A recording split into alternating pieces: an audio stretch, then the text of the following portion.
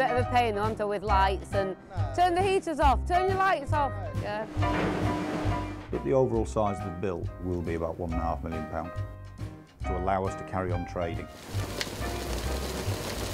Cut down spillage by probably about 90% now.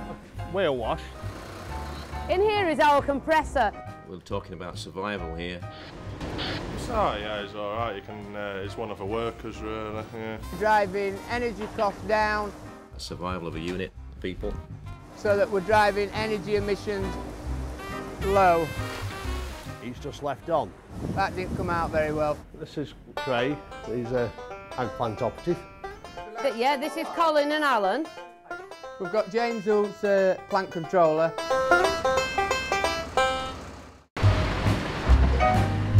Getting the shovel driver to come over and have a word with us about how his life's changed since we've been doing the carbon trust. And going beyond, we've always done it that way, we can't make any improvements. I mean, there are some things that I really want to get cracking on with, but it's just time. These are our bays. As you can see, none of them are cupboard.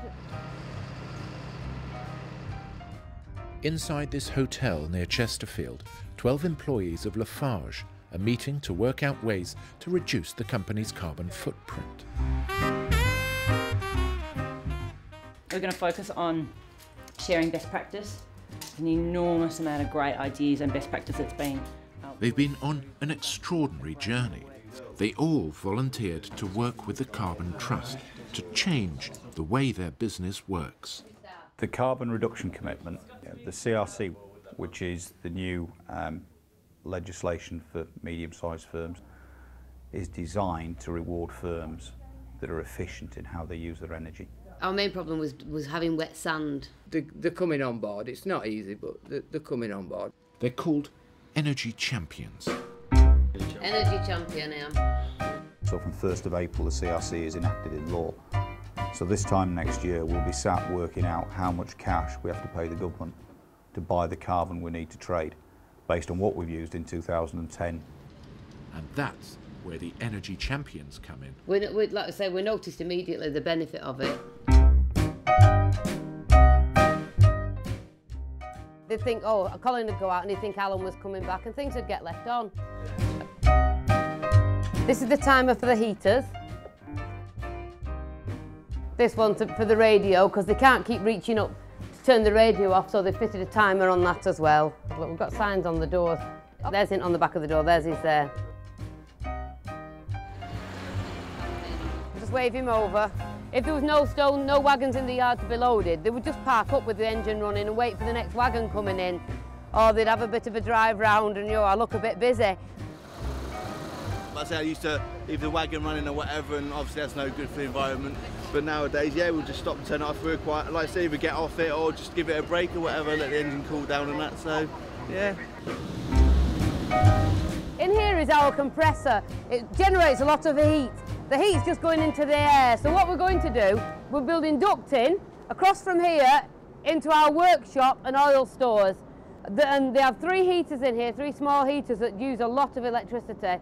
So we'll be able to dispose of them and the heat will be in there. It'll have a shut-off valve. We have a major problem with the sand.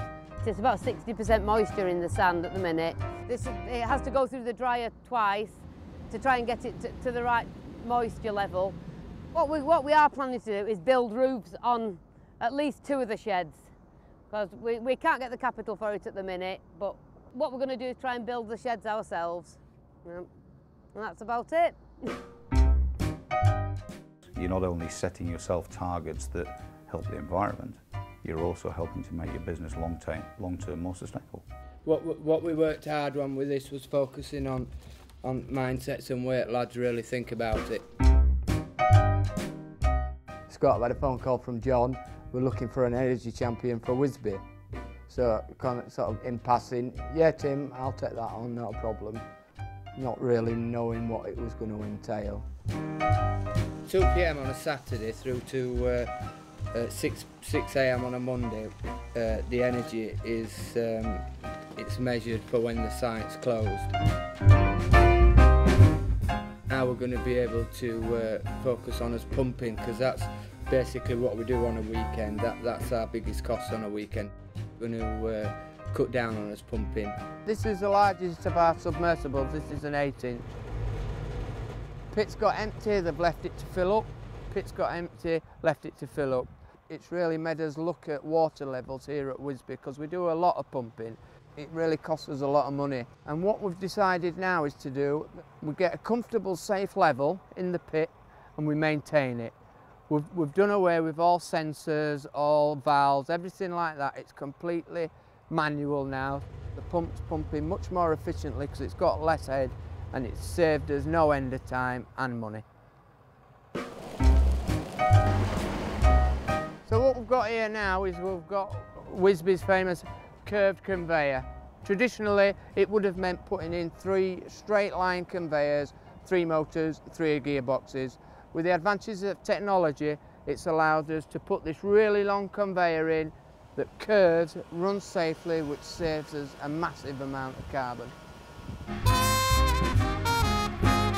Okay, what we've got here is we've got a 24-hour timer. This is the canteen. It's also used as the drying room for any wet overalls or boots. What we would have, these oil-filled heaters here, they would switch them on when they needed them. 9 times out of 10 they'd leave them on and walk out the door. All quarries have a KPI board, a key performance indicator board. This tells us what we're using, electricity we're using. The information that's received from head office or Barry Pit, a load of numbers, we've transferred that into graph design here. If we've got a spike such as this, we know why we've got a spike, what happened, why, did we leave a pump on accidentally, was it on purpose, did we have heavy rain? I think it's great.